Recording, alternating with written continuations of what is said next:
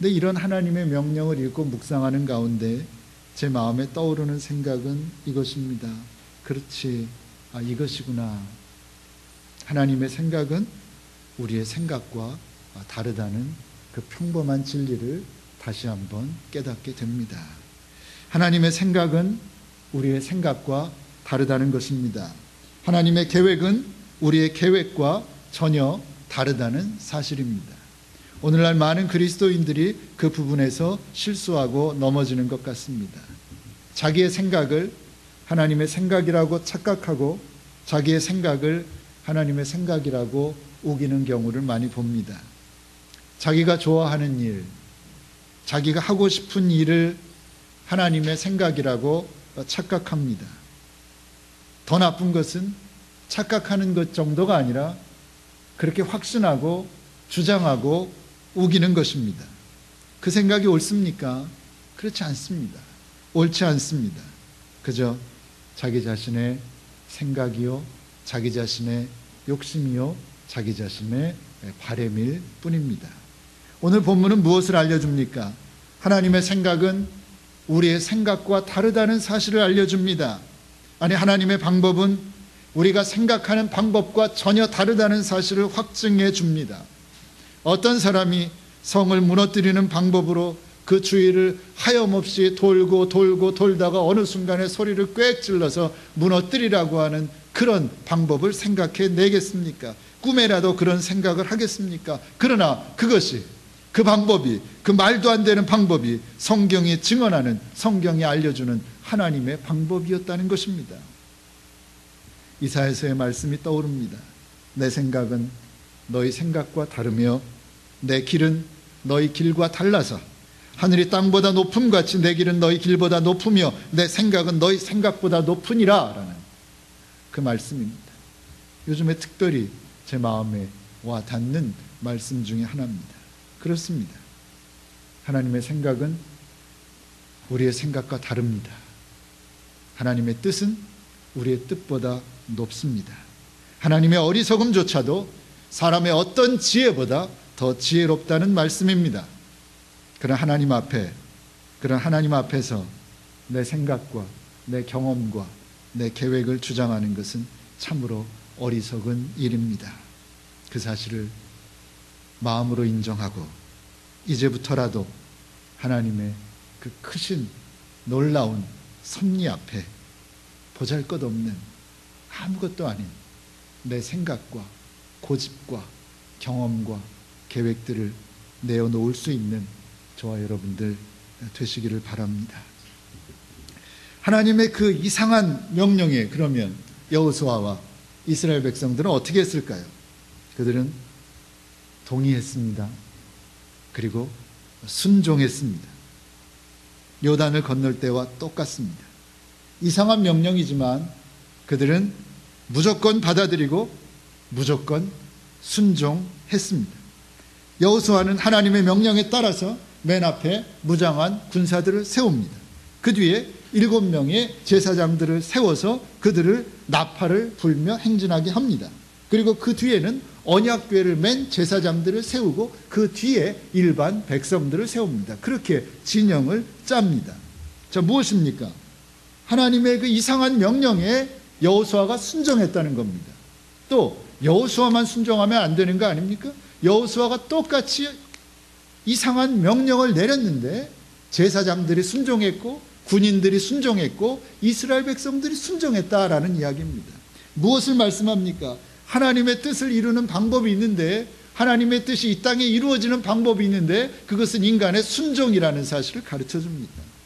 이것은 우리 그리스도인들에게 있어서는 절대 불변의 법칙입니다.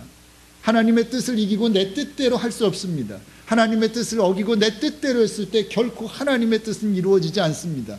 혹시 어떤 것이 이루어져도 그것은 인간의 계획대로 이루어진 인간의 업적일 뿐이지 하나님과는 아무 상관이 없는 일입니다. 하나님의 명령이면 어린아이와 같이 단순하게 믿고 단순하게 순종하는 것입니다. 그렇게 할 때 비로소 하나님의 약속은 성취되는 것입니다. 근데 좀 이상하죠. 이스라엘 백성들이 언제부터 순종했습니까? 하도 순종을 안 해서 성경에서 이스라엘 백성들이 순종했다고 하면 오히려 그게 이상합니다.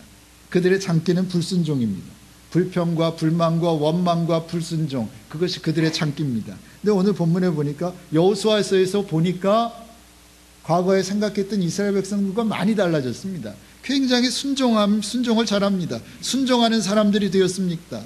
어떻게 된 일입니까? 광야의 훈련입니다. 광야 40년의 훈련이 그들을 그렇게 만든 것입니다. 그들이 하나님이 나보다 지혜롭구나, 하나님의 뜻을 따르는 것이 살 길이구나, 그 평범한 사실, 그 평범한 진리 하나를 깨달았는데 무려 40년이 걸린 겁니다.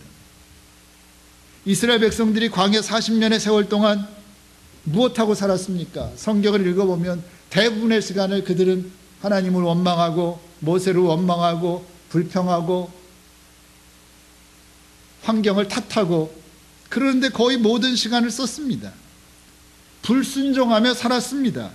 그 결과가 무엇입니까? 광야에서 한 발자국도 나가지 못하고 그 광야를 뺑뺑 돈 겁니다. 직선 거리로 가면 며칠입니까?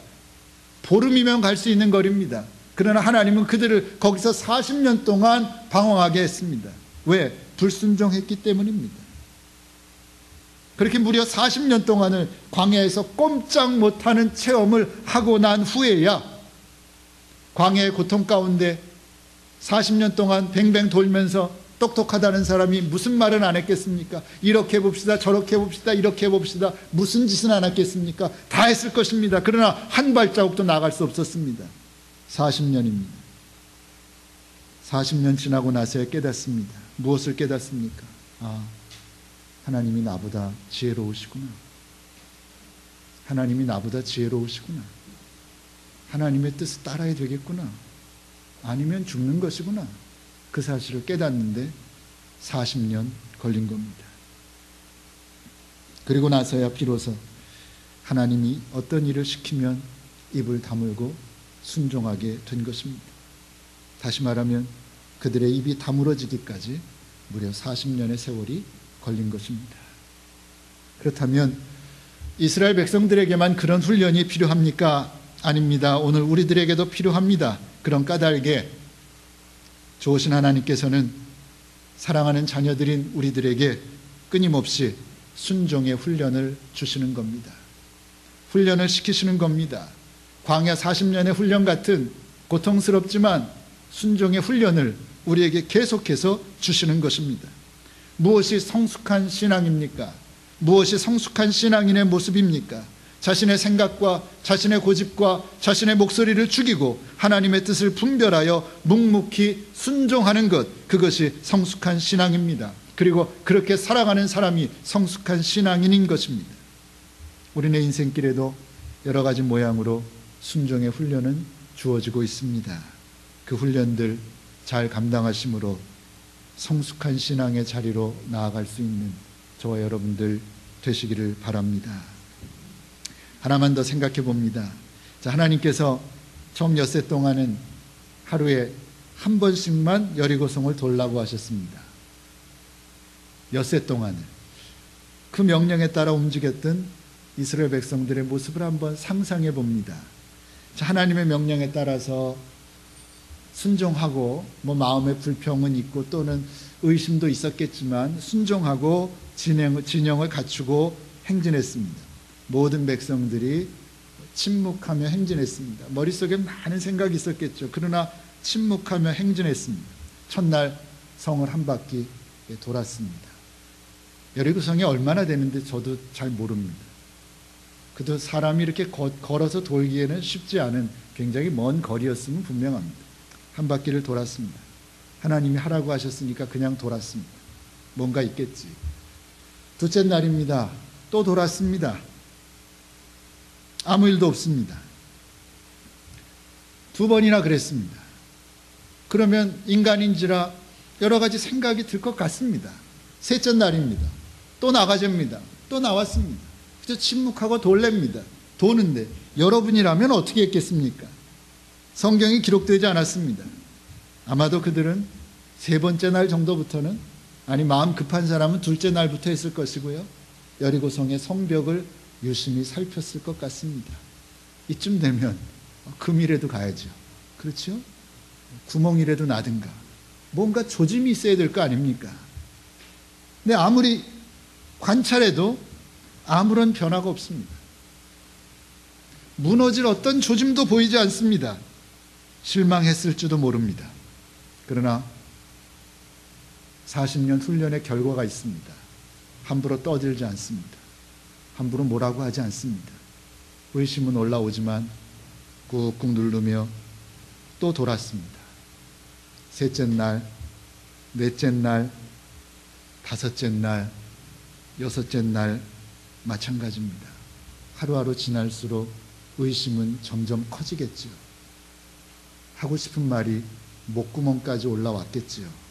그러나 꾹꾹 누르고 믿음으로 순종했습니다. 마지막 날입니다. 7바퀴 돌았습니다. 얼마나 힘들었겠습니까? 7바퀴를 돌았습니다. 이제는 뭔가 보여야 합니다. 하지만 아직도 다 돌았는데, 하라는 거 다 했는데 희망적인 징조는 전혀 보이지 않습니다. 그런데 놀라운 것은 그래도 이스라엘 백성들이 동요하지 않았다라는 사실입니다.